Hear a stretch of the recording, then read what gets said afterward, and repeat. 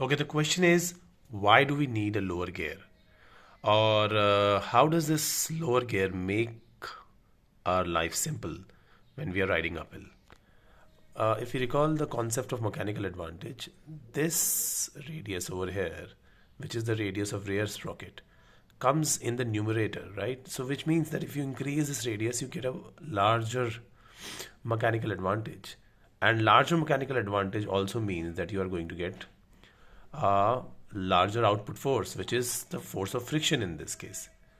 Okay, if you just go by that definition, it is pretty easy to understand that the larger rear sprocket radius is ultimately giving you a larger force of friction, which ultimately make sure that you are able to counter the additional mg component that has come into play just because you are now moving up the hill.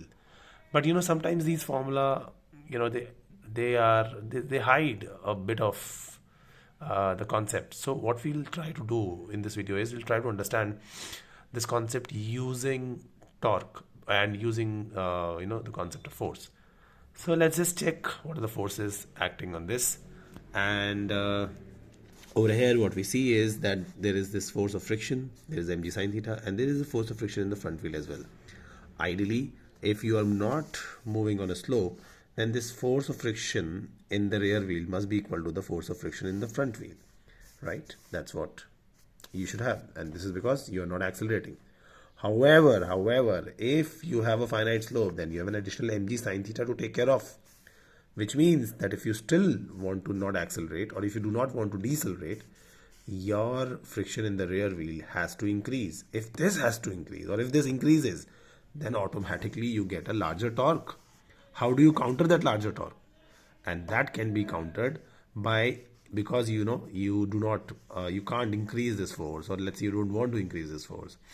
So then if you want to counter this larger torque, a good way of doing it is by increasing the distance about which we are applying this tension. So then that is basically increasing the radius of your rear sprocket, and that's what we do. So overall what is happening is, you, because of your new situation, would need a larger friction, and larger friction will ultimately result into a larger torque, and larger torque then ultimately needs to be countered by a larger rear sprocket, and that is why we need a lower gear.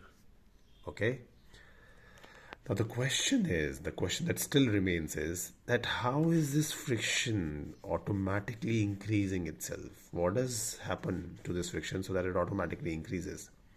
And that's the question that we will discuss in the next section.